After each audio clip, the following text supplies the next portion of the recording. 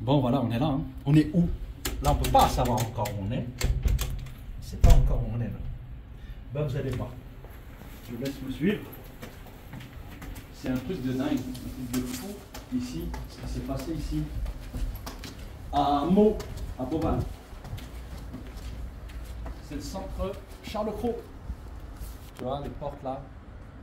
Tout ce qu'on a pu faire ici, que ce soit les devoirs, des rencontres avec certains animateurs qui nous ont apporté énormément. On va pas citer leur blase, c'est pas la peine. Je sais pas ce qu'ils sont devenus. Aujourd'hui, voilà. C'est le sigle encore à l'ancienne, quoi. C'est le sigle qu'on avait à l'ancienne. Voilà, c'est un lieu vraiment emblématique. Et c'est aussi lié à notre histoire par rapport au rap, par rapport au hip-hop. Maguette, tiens, je vais quand même citer Maguette en bas. Juste Maguette. Maguette, merci à toi Maguette, parce que tu as tenu les murs en bas là et tu as fait en sorte justement qu'il se passe pas mal d'événements et en tout cas qu'il y ait aussi une harmonie et quelque chose de génial. Putain, je parle de Maguette là, je pense juste à Karim Sanogo, à Mikaelou, aux différents groupes de rap qu'on avait aussi à l'ancienne.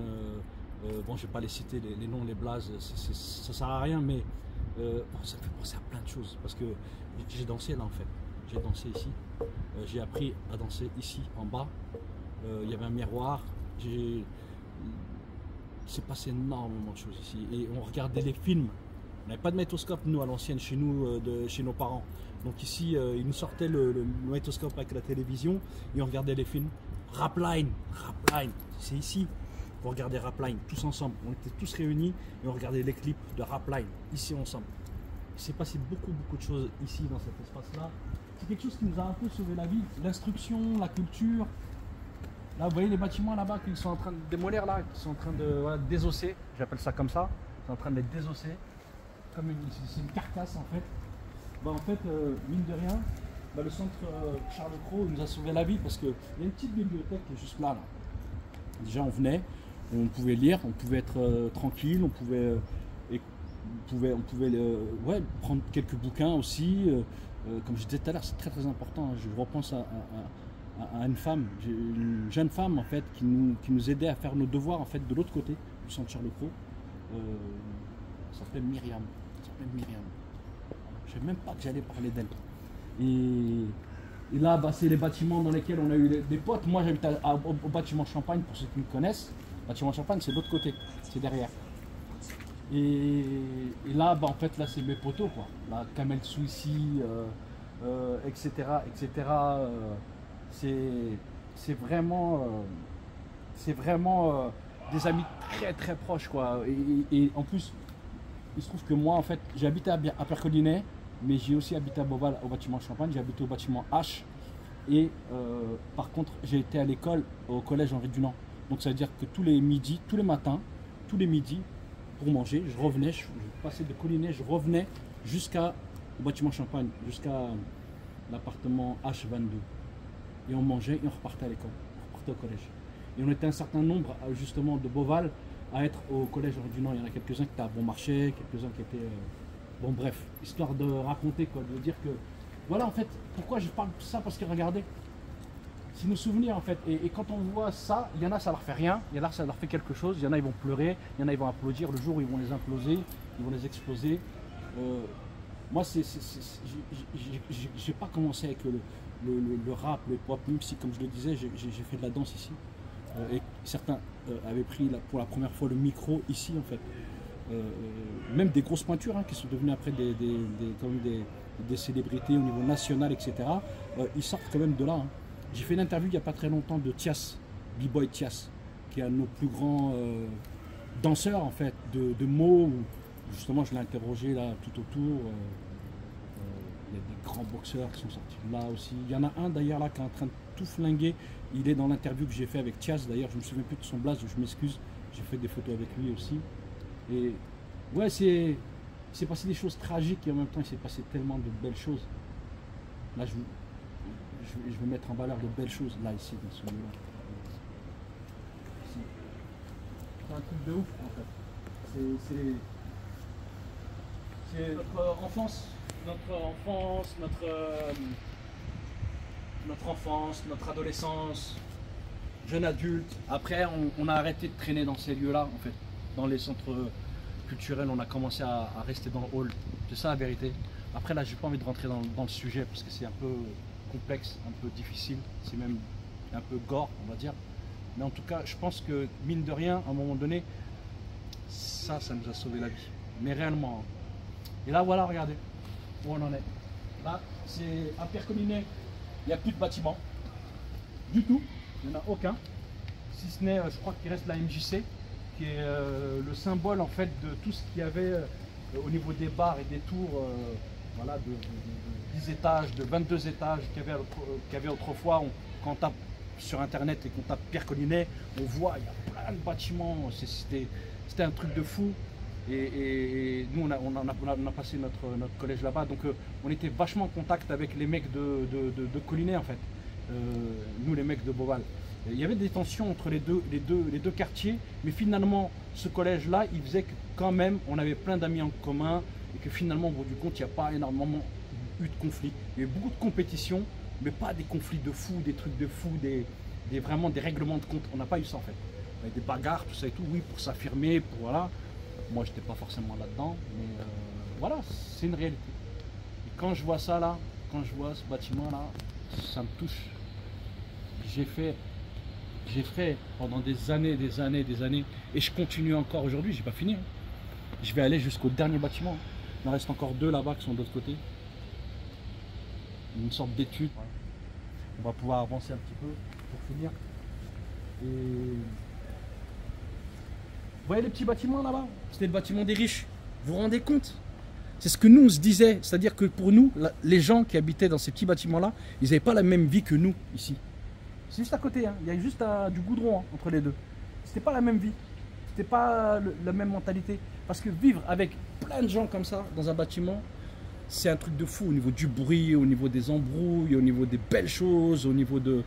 C'est une famille, une solidarité incroyable et en même temps plein de problèmes aussi, plein de problèmes au niveau scolaire, au niveau de l'insertion professionnelle, etc., etc. Et là, j'ai pas pris le bon exemple parce que dans ce bâtiment-là, il y en a beaucoup qui ont fait des études, qui ont fait de longues études, qui ont donné l'exemple d'ailleurs à d'autres bâtiments. Et je parlais du sport, c'est la même chose. Il y en a beaucoup aussi qui ont influencé et qui ont permis à certaines personnes d'être des grands sportifs en fait à Meaux. Il y avait la salle d'Abel El Kandjili, mais il y a eu aussi plein d'autres personnes. Hein. Je parle de lui parce que c'est quand même le plus célèbre, on va dire. La famille El Kandjili. Dédicace à Samir d'ailleurs, à Samir, mon habeb, mon poteau Samir El Kandjili. Et voilà. Voilà. On va finir là, on va pas besoin de se prendre de la tête et d'aller plus loin. Mais on a marché là, ici j'ai fait des interviews ici, que vous pouvez voir d'ailleurs, hein, qui sont disponibles hein, sur les réseaux sociaux et notamment sur ma chaîne YouTube. Là, ici, là, on discute, on parle de tout, on parle des mots, de t'as vu, tu vois ce que je veux dire, de ces formules, de ce langage, de pourquoi, moi j'étais vachement attiré par tout ça, je me disais mais pourquoi quand tu parles à quelqu'un il dit t'as vu, ouais t'as vu, tu vois ce que je veux dire quoi. On n'a même plus besoin de parler, de discuter pendant des heures, on se comprenait instantanément, tout de suite comme ça, parce qu'on vivait un peu la même chose, donc t'as vu, ça y est, tac, direct, on savait de quoi la personne elle parlait. Même si, voilà, l'objectif, nous, ce qu'on a essayé de faire, c'est de dépasser ça, d'élaborer, de construire des phrases, de pouvoir faire des paragraphes, voire d'écrire des livres, des fois, dans les discussions qu'on pouvait faire. Parce qu'on faisait beaucoup de philosophie. On marchait beaucoup. Et voilà, et là, il y a plein de souvenirs. Hein. Là, la première fois que j'ai vu Arco qui a réalisé Master à craquer avec Jean-François Richet, qui a co-réalisé. C'était un graffeur, un excellent rappeur aussi. Et il a d'autres talents aussi. La première fois que je l'ai vu, c'est ici. Il a fait un graphe ici. Il était jeune, je ne sais pas quel âge il avait, il était super jeune. Et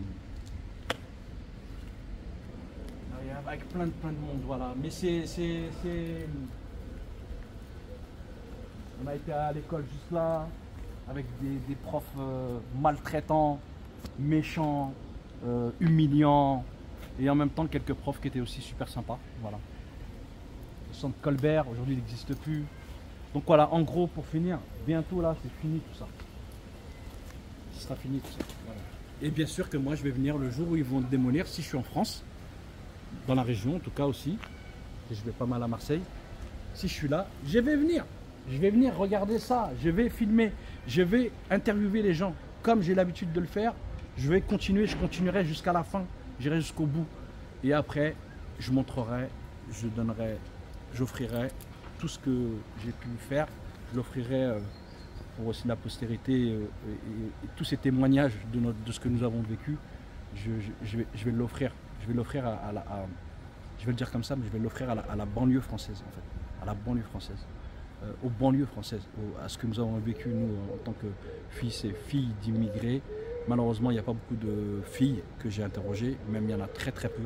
Ça, c'est un de mes grands regrets, mais je ne pouvais pas. En ce temps-là, je ne pouvais pas. C'était difficile, trop difficile. Et ça ne se faisait pas.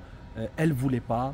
Pour plein de raisons différentes. Et malheureusement, on ne retrouvera pas ça dans mon projet. C'est vraiment un de mes regrets. Mais en même temps, c'est comme ça aussi. Ça veut dire quelque chose aussi. Ça veut dire quelque chose. Et le peu de femmes que j'ai eues, elles ont dit des choses aussi très importantes. Voilà. Surtout du bâtiment Champagne. Et j'ai des sœurs. J'ai deux sœurs. J'ai proposé plusieurs fois de les interviewer, mais ça ne les branchait pas, ça ne les intéressait pas. C'était pas leur délire, voilà, bon, je me suis pas pris la tête, quoi. Mais j'ai interviewé ma mère. Voilà, on parle de tout ça. Mo, Boval, j'ai à la fois aimé, adoré, kiffé, détesté. Il s'est passé, j'ai maudit aussi cette ville-là, j'ai maudit aussi ce quartier-là. Il s'est passé énormément de choses à l'intérieur de moi, mais ce que je retiens de ce que m'a dit ma mère, c'est juste qu'elle, en fait, c'est sa ville. C'est sa ville. Elle a mis au monde ses enfants à l'hôpital de Meaux, sauf ma grande sœur en Algérie. Et pour elle, c'est sa ville. Elle est très attachée à cette ville-là. Moi, la première chose que je voulais faire, c'était dégager, tailler. Mais pour tous ceux qui connaissent ce que nous avons vécu ici, c'est normal d'avoir envie de partir. Et on passe à une autre époque, comme me disait Asdin dans une interview que j'ai fait juste là-bas. Asdin, un gars, en fait, un poteau, tu vois. C'est ouais, voilà, il y a une page qui se tourne. Mais il a une manière de le dire, une page se tourne, mais avec une sorte d'intonation et une assurance. En plus, c'est lui qui fait l'image, la vidéo, etc. On sent ce qu'il est en train de dire. Effectivement, bah voilà, moi il y en a qui m'ont dit mais arrête tes conneries, tu lâches pas, tu lâches pas, Oui, j'ai pas lâché, je pouvais pas. Je me suis donné une mission, cette mission de garder une trace de tout ça. Voilà. Ça c'est un lieu pour moi, en tout cas je garde ça de manière intime parce qu'il s'est passé beaucoup de choses pour moi ici, très bien aussi, avec Buno, un de mes amis Buno. Et ça va bien avec les dédicaces. Dédicaces à tous les poteaux, tous les poteaux, filles, garçons, hein, de loin ou de proche, les gens qu'on a appréciés, qu'on a aimés, ceux avec qui on s'est embrouillé, ceux avec qui qu'on a aimé, avec qui on s'est embrouillé, ceux avec qui on s'est embrouillé et après on est devenus très potes. L'usine Biette qui est juste là. Et voilà, tu vois, ça c'est les bâtiments à taille humaine, en fait. C'est des fameux bâtiments à taille humaine. Voilà. Mais il faudrait quasiment rentrer dans la dimension de la statistique, une dimension vraiment un truc de fou, tu vois, un travail de dingue pour aller vérifier, en fait. Et comme en France, on ne veut pas ethniciser, on ne veut pas faire des études réelles par rapport aux origines des gens, etc. Ce qui intéresse, c'est juste la carte de séjour et la carte française. Et qu'on ne regarde pas les couleurs, etc. Moi, il y a du bon, il y a du négatif là-dedans. Finalement, on ne peut pas savoir qu'est-ce qui a été relogé. Mais je pense que la population, elle a changé. Et que ceux qui ont un peu réussi, même ailleurs, dans d'autres quartiers, et qui sont venus dans ce genre de ville-là, un peu éloignés, comme Trappes, comme Mantes-la-Jolie, c'est quand même des gens qui ont réussi à s'en sortir. Voilà. Maintenant, après, tous les laissés pour compte, tous ceux qui ont vraiment été matraqués psychologiquement par le système et par le système français, européen et tout ce qui s'ensuit, on n'entend plus parler d'eux. On les voit plus, on n'entend plus parler d'eux, on ne sait pas où ils sont, on ne sait pas. Tout ce que j'espère, c'est qu'ils vont bien. Et donc je passe le bonjour à tous ces gens en fait que j'ai aimé profondément, que j'ai adoré, que j'ai aimé au plus profond de mon cœur et que j'oublierai jamais, jamais j'oublierai. Il y en a qui oublient, je sais, j'en parle souvent avec certains potos, il y en a qui n'en ont rien à foutre même. Mais moi, jamais j'oublierai, jamais j'oublierai. Je ne peux pas oublier. Je viens d'ici, je reste ici. Même si j'habite pas ici et que je vais à Marseille, je vais dans n'importe quelle ville et que je me balade partout, je n'oublierai pas ça. Ils peuvent le détruire, ils peuvent faire ce qu'ils veulent. J'arriverai pas à l'oublier. Je parle de moi. Les enfants, eux, ils vont oublier. Et tant mieux. Mais moi, je ne peux pas oublier. Quel que soit ce que je fais dans ma vie et ce que j'arrive à atteindre comme sommet ou pas, etc. etc. Je ne peux pas oublier d'où je viens. Ça, c'est impossible. C'est ancré en moi. J'oublierai jamais. C'est ce qui fait que j'essaie à chaque fois de me rattraper. Et de me rappeler que je suis juste un être humain. Et pas une machine de guerre qui va écraser tout sur son passage. Je ne suis pas un bulldozer. Non, j'oublie pas ça. Et je m'en fous moi des murs. Ce qui m'intéresse, c'est les gens. Je parle souvent de ça. J'en ai rien à foutre moi des murs. Il y en a plein qui disent ouais mais les murs, je m'en fous moi d'un bâtiment. Bien sûr qu'on s'en fout des bâtiments. Mais on n'oublie pas les souvenirs. On ne peut pas oublier les souvenirs. Si on oublie les souvenirs, mais des fois on se les remémore, des fois on rêve aussi. Et les gens d'avant, ils reviennent dans les rêves. Et on pense à eux. Et tous ceux aussi qui sont partis très très tôt, qui sont décédés. On pense à eux. Il faut les faire vivre. C'est ça. C'est le seul moyen de diffuser cet amour qu'on a eu les uns envers les autres. Même si c'était maladroit parfois. Merci beaucoup.